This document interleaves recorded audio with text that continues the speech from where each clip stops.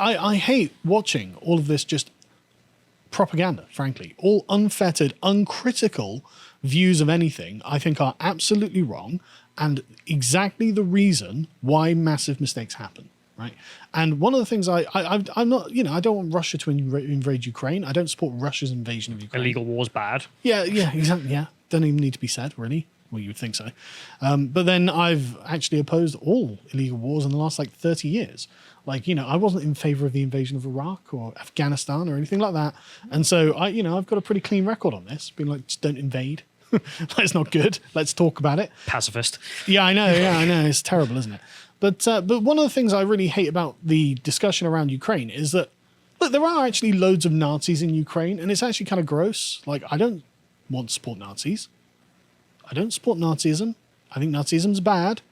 I'm an Englishman who was born in the 20th century. Obviously, I think Nazis are bad. And so I'm like, okay, well, why are we giving so much money and succor to Nazis, to actual Nazis? To oppose Russia? Okay. So anyway, Putin, one of the justifications for invading Ukraine was he wanted to denazify it. And you get articles like this one. That doesn't make any sense. What do you mean, doesn't make any sense? This argument makes no sense, says someone who doesn't live anywhere near Ukraine. That wasn't his whole argument, though. It was that the government is run by Nazis. Sure. Not just there are Nazis in existence or in the National Guard. It's the whole thing is a Nazi state. And I'm not saying that Putin was telling the truth. But the point is to say that it makes no sense that Ukraine needs a bit of denazification is also not true. Right? So basically Putin said he was acting... That doesn't mean war. No, I'm not saying it means just to war. be clear. I'm not saying it means war. But anyway, he said he was acting to prevent genocide against Russian-speaking people in Ukraine and aim for denazification, blah, blah, blah. And this is something that this chap rejects. He's like, well, this claim was striking and in opposition to reality. For one thing, the Ukrainian president, Zelensky, who was democratically elected, is Jewish. Oh, well, then there can't be any Nazis in Ukraine. Zelensky's Jewish. The Israelis were actually, at one point, the ones giving weapons to the Azov battalion and got criticized for it because they were like, mate, you're Israel? Yeah. What you doing? Why? I mean, literal neo-Nazis. But anyway, so there seem to be a lot of Nazis in Ukraine, actually, so let's just have a quick look. There's an amazing thread on Twitter that just literally lists it all. You'll have to translate all of these things. And this has got about 50 different links in it, so I'm not going to go through them all, but this is just a list of Nazism and anti-Semitism in present-day Ukraine. So you've got neo-Nazi organizations destroying graves and monuments honoring the victims of the Holocaust in Lysychansk in 2021. Remember when they lied about destroying the Holocaust memorial? The Russians doing it? Well, these people are actually doing it. Interesting. They were the graves of 800 Jews murdered by Nazis and collaborators. Next one, you've got Ukraine Prime Minister in 2019 was at a concert by an openly Nazi rock band, not Zelensky, the previous guy, Gorachunk or something. I can't pronounce any of these words because they're foreign. Give me a break. But they can make out the swastika. That's yeah. They played their famous song "6 Million Words of Lies." What the hell? And the Prime Minister was there. Okay. 2019. Then you've got the children's play at Starchy Catholic Church. The children portray the Jew as Hitler, and they say, quote, "Get out of our way, Jew. Doing business with you is not the same as respecting ourselves." Just kids play at a church, mate. This actually kind of does remind me of the critical race theorists in the United States. Remember when that lady organized them into Nazis and Jews and had them do their thing? Yeah. I mean, John's just scrolling through. That's the rock band with the 6 million lies. But it just keeps going. It just keeps going. You've got loads of these kids' plays where one of the kids is dressed as the evil Jew. Oh God! Right? I could see the oh boy! And the kids are obviously, for people listening, it's like watching Borat, but a child version. No, it really is. It's like a skit from Borat, and it makes people like Sacha Baron Cohen's silence on this all the more ominous. It's like, sorry, there really does seem to be a bit of a Nazi problem in Ukraine. I mean, don't get me wrong, I appreciate that you opposed the Soviet Union, didn't appreciate what they did to you. One genocide doesn't really cancel out another, though, in my opinion. But anyway, so let's go to where it really matters, because it's one thing it being in the culture, I guess, but it's another thing it being in the military. government assistance. We go to the next one. You've got this one. So the armed forces of Ukraine, after the Minsk ceasefire agreements, posed with a poster wishing the death of Donbass residents, these are Russians, along with fascist and Nazi symbols. So the Ukrainians have been shelling them for quite some time. And it starts to make Ukraine look like 4chan's country, frankly, if we go to the next one. So the steelman of this, as I understand it, again, this isn't a huge thing, but is that they didn't really have any forces and therefore were like desperate for anyone and ended up with these guys as the only ones who were worthwhile fighters. And then, well, they've stuck around. Yeah. And, okay. Because that's what's happened. Yeah. But look at the Ukrainian flag with the Nazi symbol on it.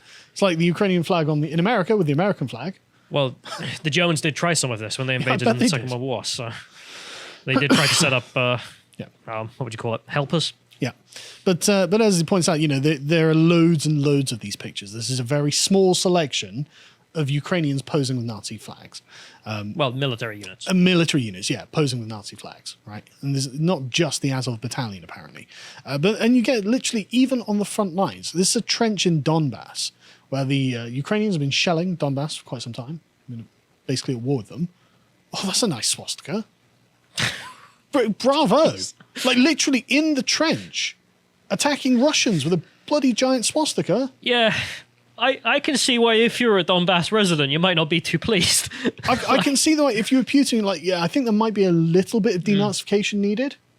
Like it's one thing being at war with someone. You can see where the rhetoric comes from. And you can see how it could be justified, right? There is also, it's not only the fact that, so if you listen to them talk about their goals, it's not only they want to then basically cleanse Luhansk and Donetsk, you then want to move into Rostov and the Kuban and take that back, because that's sovereign Ukrainian territory as well. Right, okay. That's like the greater Ukraine thing. Right? Quick question.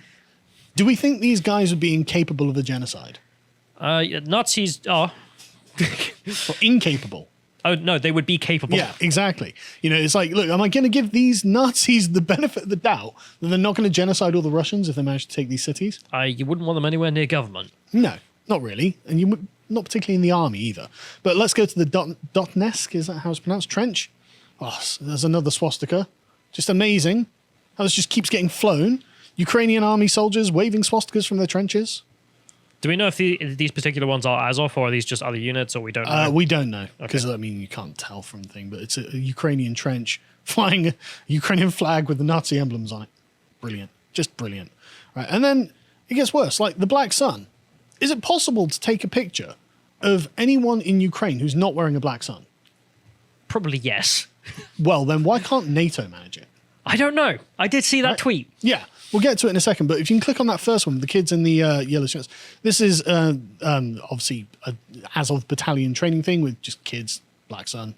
I mean, is that concerning? Is anyone concerned that this is happening? They seem to be able to indoctrinate a generation of young people into Nazism. This is where you think, you would think a precondition for the weapons would be, it doesn't go to these guys. Yeah. Like, we'll send weapons to Afghanistan to fight the Soviets, but not the Mujahideen. Sorry, no, not the Al-Qaeda guys. Like, we'll give it to the Mujahideen, but not Al-Qaeda or something like this. But we'll get to that in a minute. But, Zelensky is Jewish, right? So he's not going to be, like, shaking hands with Nazis or anything. It's a wild, wild east. It is. It's a really wild east, right? This is, he's bestowed the title National Hero of Ukraine with the Order of the Golden Star to Dmytro Kozybial, neo-Nazi and outspoken banderist leader of Pravy Sector. Like, this is literally a Nazi, an open Nazi, shaking the hand of Zelensky after being awarded National Hero of Ukraine. I'm surprised a Nazi would. Well, I'm shocked too. Frankly, but I guess a wild east, isn't it? This is like Zamora all over again. I make a synthesis. I guess it kind of is. But I made the Nazis non-anti-Semitic. Just Russophobic, I suppose. But it's like, okay, well, how do they feel about, Western ideology? Well, not very good about it. Think of the next one. This is them burning an LGBT flag. Yeah. Right? But I believe this is a traditional flag as well, not with its racial this is the conservative LGBT flag. But the quote, they're hunting for homosexuals and subhumans. They also do a few Nazi salutes later on in this video. Is this a concern for anyone in the West? Or just uncritical support for what's going on in Ukraine right now? I think most people do make the distinction. Do they? Well, they do when they speak about it. I don't know. Apparently, our politicians don't do it with the weapons they give out. But exactly, and like, there's uncritical support is all I've seen. Frankly, I've not seen anyone in the West. I think we should get that off. Yeah, I think they're actually torturing someone. There, yeah, I'm gonna have to censor that in post as well. So next one, John. So Getty Images. Here's a picture from the war zone. Zoom and enhance, please. Boom. Yeah. NATO. I want to post out some pro-Ukraine pictures of the military doing some stuff. Let's go to the next one. All women and girls must live free and equal. This is International Women's Day. We think of the remarkable women of Ukraine, their strength, bravery, resilience, are symbolic of the spirit of their nation. This is a tweet by NATO, and then there are images. NATO verified account. Then there are images that NATO uploaded. Zoom and enhance, please. Oh, what's that? If you scroll down a little bit. Oh, it's a black sun. Yeah. Oh, wow. NATO deleted this tweet after people were like, yeah, that's a Nazi. It's a Nazi woman who's so brave and inspirational and remarkable. Sorry, what was the bravery, resilience, strength, symbolic of the spirit of their nation? I love women. Women are timeless, formless. They can be anything they want. She wants to be a Nazi. Oh, God. Delete. We give women freedom to choose their future. No. But how embarrassing is this? They can't stop themselves posting Nazi propaganda. Like, how bad are things if that's the case, right? Anyway, so the next thing, let's talk about Azov Battalion very briefly because we're over time. As you can go to the Wikipedia page, they make no bones. If you scroll down a little bit, ideology section, please, John. Neo-Nazism. Yeah. It's just it. That's all their ideology is. And so in January 2015, they were formed in 2014, so they're not even an old thing. In 2015, they were founded, and in 2014 they were founded. 300 people, they reckoned. This was 900 people in 2015. Der Spiegel in Germany puts them out at 2,500 people because invasion, propaganda, and no disavowal. Why would you not join them? So this is rapidly growing, is what is the takeaway I would suggest. And of course, we're giving them weapons. Sorry, we can go to the last one there, John. That was the speaker one, which says, well, look, we reckon there are about 2,500 of these, but of course we don't know, and we won't know until they have their own march on Kiev. They're in Kiev, actually. That's where their training base is, by the way. My understanding is a bunch of them, or at least the majority of the battalion itself, were in Mariupol and therefore are encircled and, well... I don't know where they're on combat deployment, but like... But the rest of them, they're training base in Kiev.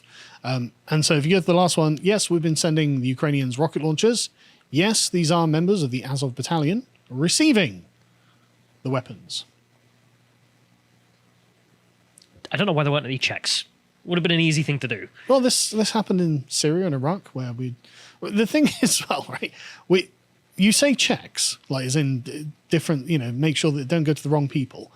But you remember what happened in the Middle East, where it's like, we're not sending them to ISIS or Al-Qaeda, we're sending them to the Syrian Liberation Front. Well, who are they? Well, they used to be ISIS like 5 minutes ago, and in 2 weeks' time, they'll be ISIS again. Yeah.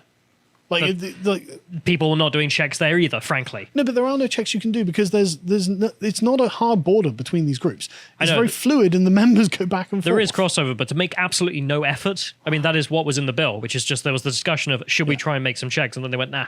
No, we'll just give them straight to the Nazis in Ukraine. It's just we'd rather not know, and therefore we're not complicit, and it's just like that's not a good argument. It's awful in my opinion, but there we go. So the West is currently actively funding and arming Ukrainian Nazis. If you appreciate that segment from the podcast of the Lotus Eaters, you can go to lotuseaters.com to get access to all the premium content we have on the site, such as Carl's interview here with Sebastian Gorka. And if you want to find out what else Sebastian's up to, you can always follow him on Getter, of course, at @SebGorka. Thank you and goodbye.